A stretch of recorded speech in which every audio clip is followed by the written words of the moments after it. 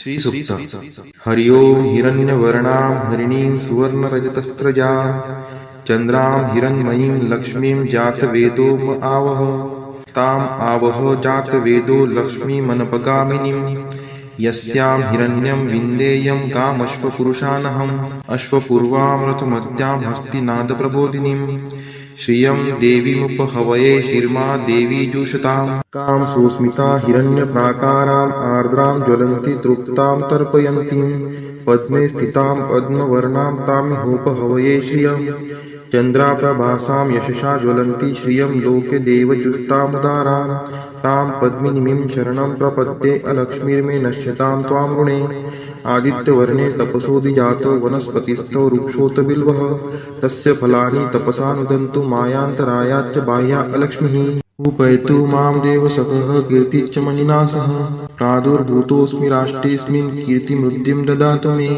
क्षुत्पिपासामलां ज्येष्ठाम् अलक्ष्मीं नाशयाम्यहम् अभूतिं समृद्धिं च सर्वा निर्नुद्मे गृहात् गन्धद्वारां दुराधर्षां निष्टपुष्टां करीषिणीम् ईश्वरी सर्वभूतानां तामिहोपहवये श्रियं मनसः काममाकुतिं वाचः सत्यमशीमहि पशूनां रूपमन्नस्य मयि श्रीश्रयतां यशः कर्दमेन प्रजावृता मयि सम्भवकर्दम श्रियं वासय मे कुले मातरं पद्ममालिनीम् आपः स्रजन्तु स्निग्धानि चिक्लितवसमे गृहे नीचदेवीं मातरं श्रियं वासय मे कुले आर्द्रायः कर्णीं यष्टिं सुवर्णां हेमालिनीं सूर्यां हिरण्मयीं लक्ष्मीं जातवेदोम आवह आर्द्रां पुष्करिणीं पुष्टिं पिङ्गलां पद्ममालिनीं चन्द्रां हिरण्मयीं लक्ष्मीं जातवेदोम आवह ताम् आवह जातवेदो लक्ष्मीमनपगामिनीं यस्यां हिरण्यं प्रभूतं गावो दाशोऽश्वान् विन्देयं पुरुषानहम्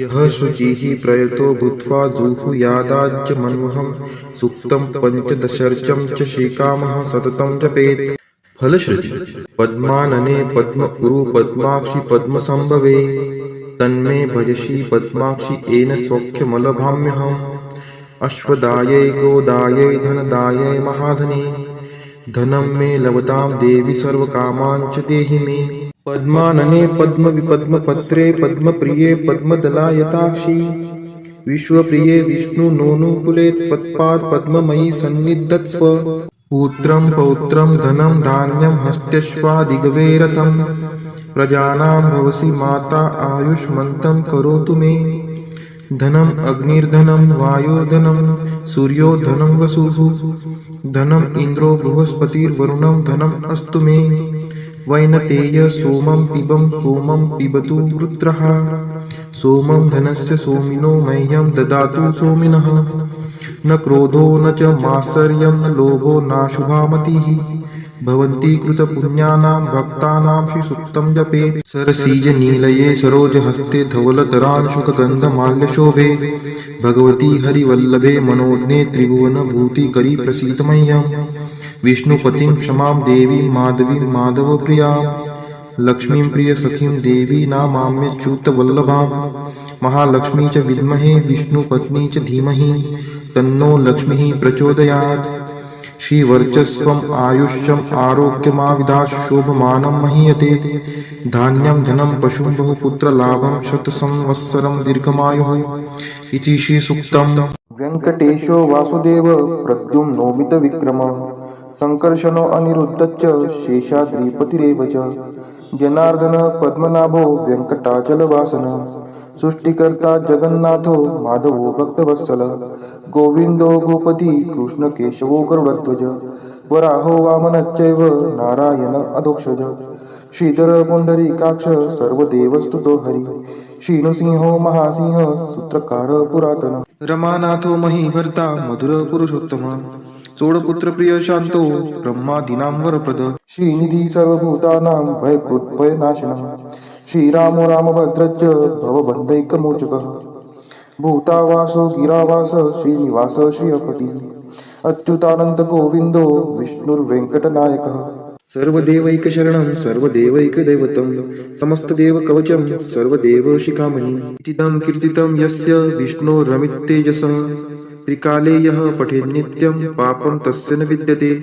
राजद्वारे पठेत् घोरे संग्रामे रिपुसङ्कटे।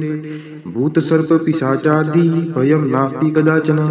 अपुत्रो लभते पुत्रान् निर्धनो धनवान् भवेत्। रोगार्तो मुच्यते रोगात् बद्धो मुच्येत बन्धनात्। यद्यदिष्टितमं लोके तत्तत् प्राप्नोत्य संशयः। ऐश्वर्यराजसम्मानं भक्तिमुक्तिफलप्रदं। विष्णोर्लोकैकसोपानं सर्वदुःखैकनाशनं। सर्वैश्वर्यप्रदं नृणां सर्वमङ्गलकारकं। मायावी परमानन्दं त्यक्त्वा व्यङ्कटमुत्तमं। स्वामी पुष्करिणीतीरे रमया सह मोदते। कल्याणाद्भुतगात्राय कामितार्थप्रदायिने श्रीमद्वेङ्कटनाथाय श्रीनिवासाय ते नमः। वेङ्कटाद्रिसमं स्थानं ब्रह्माण्डे नास्ति किञ्चन। वेङ्कटेशसमो देवो न भूतो न भविष्यति। इति ब्रह्माण्डपुराणे ब्रह्मनारद संवादे श्री वेंकट स्तोत्रम संपूर्ण।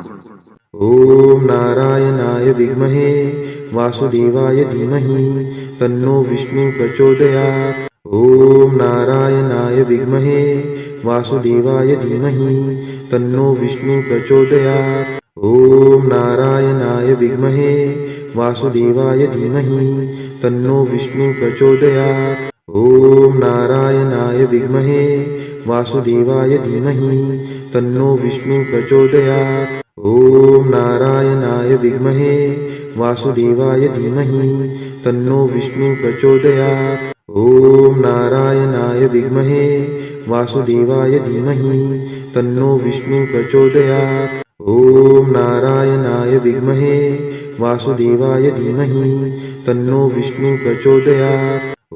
ओम नारायणाय विद्महे वासुदेवाय धीमहि तन्नो विष्णु प्रचोदयात्। ओम नारायणाय विद्महे वासुदेवाय धीमहि तन्नो विष्णु प्रचोदयात्। ओम नारायणाय विद्महे वासुदेवाय धीमहि तन्नो विष्णु प्रचोदयात्। ओम नारायणाय विद्महे वासुदेवाय धीमहि तन्नो विष्णु प्रचोदयात्। ओम नारायणाय विद्महे वासुदेवाय धीमहि तन्नो विष्णु प्रचोदयात्। ओम नारायणाय विद्महे वासुदेवाय धीमहि तन्नो विष्णु प्रचोदयात्। ओम नारायणाय विद्महे वासुदेवाय धीमहि तन्नो विष्णु प्रचोदयात्। ओम नारायणाय विद्महे वासुदेवाय धीमहि तन्नो विष्णु प्रचोदयात्। ओम नारायणाय विद्महे वासुदेवाय धीमहि तन्नो विष्णु प्रचोदयात्। ओम महालक्ष्मी च विद्महे विष्णुपत्नी च धीमहि तन्नो लक्ष्मी प्रचोदयात्। ओम महालक्ष्मी च विद्महे विष्णुपत्नी च धीमहि तन्नो लक्ष्मी प्रचोदयात्। ओम महालक्ष्मी च विद्महे विष्णुपत्नी च धीमहि तन्नो लक्ष्मी प्रचोदयात्। ओम महालक्ष्मी च विद्महे विष्णुपत्नी च धीमहि तन्नो लक्ष्मी प्रचोदयात्। ओम महालक्ष्मी च विद्महे विष्णुपत्नी च धीमहि तन्नो लक्ष्मी प्रचोदयात्। ओम महालक्ष्मी च विद्महे विष्णुपत्नी च धीमहि तन्नो लक्ष्मी प्रचोदयात्। ओम महालक्ष्मी च विद्महे विष्णुपत्नी च धीमहि तन्नो लक्ष्मी प्रचोदयात्।